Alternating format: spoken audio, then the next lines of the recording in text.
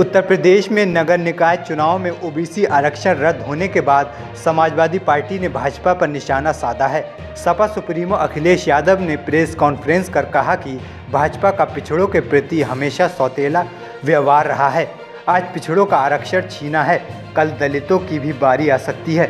उन्होंने आगे कहा कि भाजपा षड्यंत्र के तहत बाबा साहब के दिए अधिकार को खत्म कर रही है और ओबीसी के साथ ही दलित का आरक्षण छीनकर उन्हें गुलाम बनाना चाहती है।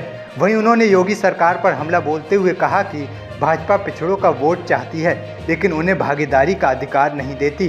पिछड़ों के वोट से ही दिल्ली और यूपी में सरकार बनी है, लेकिन इनकी सरकार में पिछड़ों के लिए जगह नहीं है। सरकार आरक्षण तो खत्म कर रही है, साथ ही चुनाव से भी भागना चाहती है। इसके अलावा उन्होंने कहा कि भाजपा में आने के बाद पिछड़े नेताओं और मंत्रियों की आत्मा मर जाती है।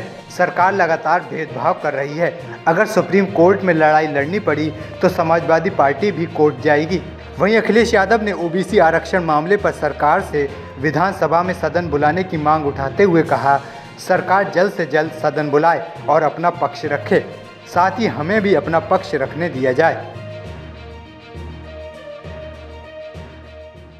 भारतीय जनता पार्टी का पिछड़ों के प्रति व्यवहार हमेशा सौतेला रहा है और आज जो हमें देखने को मिल रहा है, ये पहली बार ऐसा नहीं हो रहा है। भारतीय जनता पार्टी का समय समय पर पिछड़ों के प्रति, दलितों के प्रति हमेशा सौतेला व्यवहार रहा है और आज पिछड़ों का आरक्षण छीना है, कल दलितों की बारी हो सकती है। ओबीसी समाज का आरक्षण खत्म करके न केवल उनको धोखा दिया जा रहा है, बल्कि बाबा साहब द्वारा पिछड़े और शोषित समाज को मिले अधिकारों को छीनने का षड्यंत्र चल रहा है। केवल एक संस्था में नहीं, अगर भारतीय जनता पार्टी का काम करने का तरीका हम देखें तो हर संस्था में भारतीय जनता पार्टी जानबूझ करके षड्यंत्र कर करके पिछड़ों को, दलितों को अधिकार नहीं दे रही है। ओबीसी समाज का आरक्षण खत्म करके ओबीसी समाज के आने वाली नस्लों को भी गुलाम बनाने का षड्यंत्र चल रहा है। इन समाजों का आरक्षण खत्म करके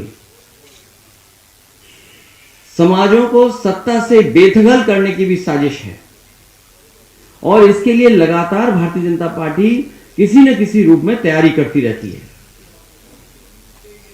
समाजों का आरक्षण छीन करके और खासकर ओबीसी, दलित, उनका आरक्षण छीन करके